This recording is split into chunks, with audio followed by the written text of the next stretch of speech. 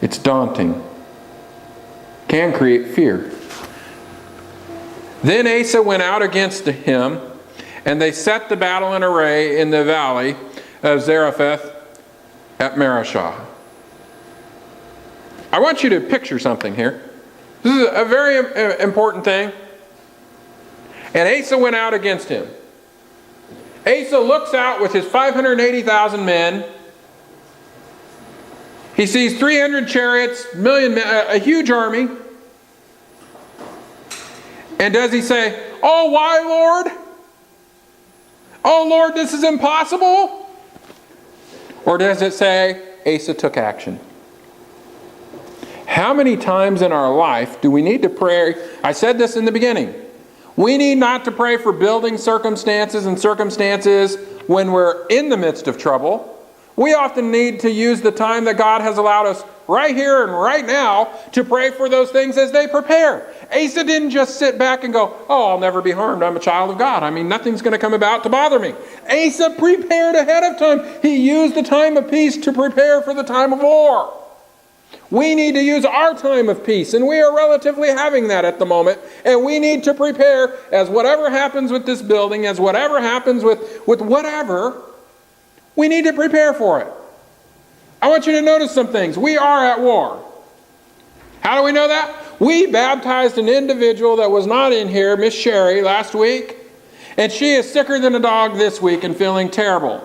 We worked with Jeff and Lois. They're talking about coming into the membership. And Jeff's leg, as soon as they're settling things, it swells up and he gets an infection and says, "It could go to my brain and kill me."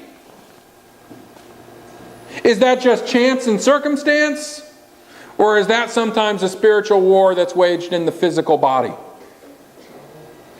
I've never not pastored at a time where we've had growth and seen everybody just go, "This is such a fantastic time. I feel so happy and lovely and joyful." No. Every time I've seen a church go to a point of growth, we go to war. Every soul that is won, it is encroaching in the devil's place, and it is war.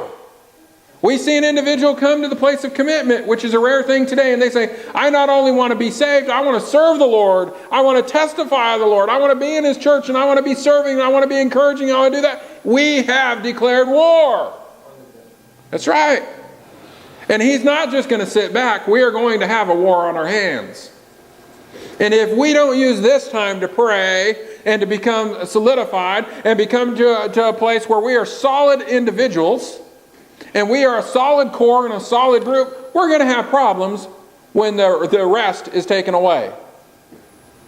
There is going to come a time. Jerusalem, guess what? They were hiding in houses, weren't they? Because the persecution was coming along. Not everything is a 1,000,000-man army. Sometimes all they needed was a one-man army to stir them up, and that one-man army was named was Saul. He went everywhere getting letters, desiring to use everything around him to do them in. It was a spiritual war. Same thing we're dealing with today. How many of you this week had discouragements come in your life? It's a war. If you can get our eyes off the fact that we had victory, then we might become depressed.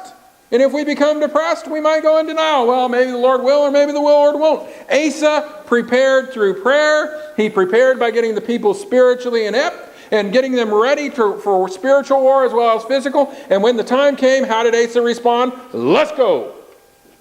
He understood that war was part of life. We need to understand that war, spiritual war, is part of church.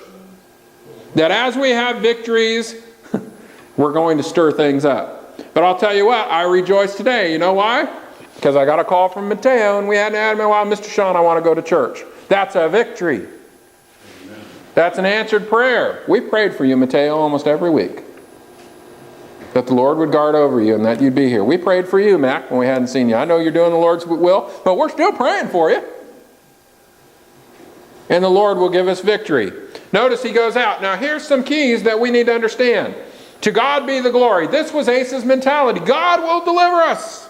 This is the mentality as we go to war. As a church, as a people of God, that we need to have. We prepared while we had time of rest and peace that God gave us. We used our prosperity to prepare for the war that is coming. And in using that and being prepared, we understood that war was coming. And so when war came, we weren't afraid of it. We said, "To God be the glory. Let's go."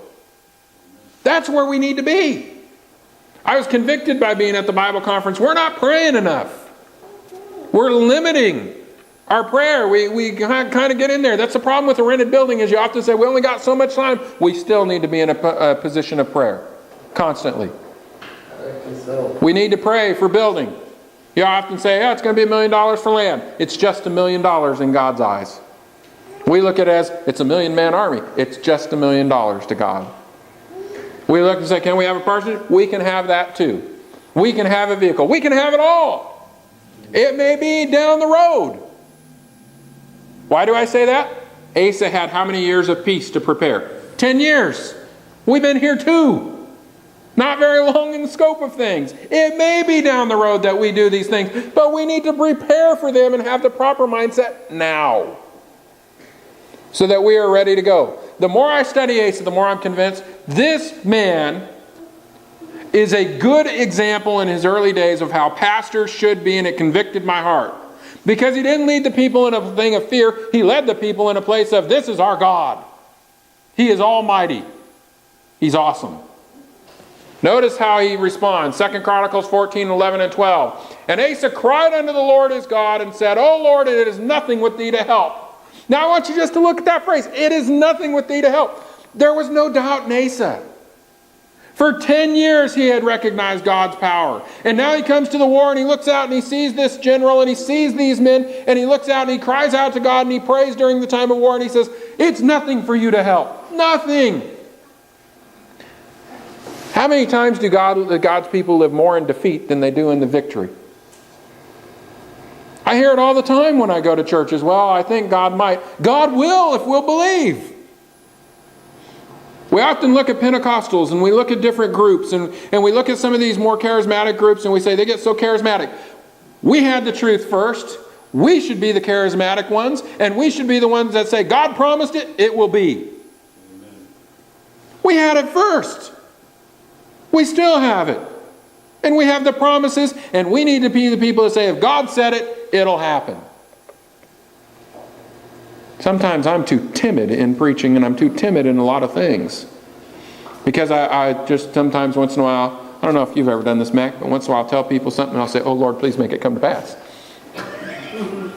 And you know, I'm not sure that that's a victorious stance with people when I run around and do that. What I need to tell people is, stop holding back, go through the waters, get in the church, see what God can do, start giving your tithes and offerings to God, and see your life take off. And when you lose everything like Job, know it's just for a time before God gives you everything back and more. Sometimes I'm too timid, and I need to start living victorious like Asa did.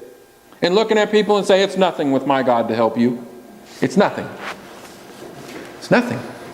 And he goes on, it is nothing with thee to help, whether with many or with them that have no power.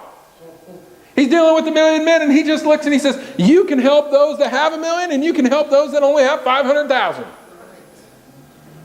And to churches, guess what? You can help the mega church, and you can help the small church. It's no difference to you. So if we stay small, God can help, and if we grow large, God's still going to help. Because that's God.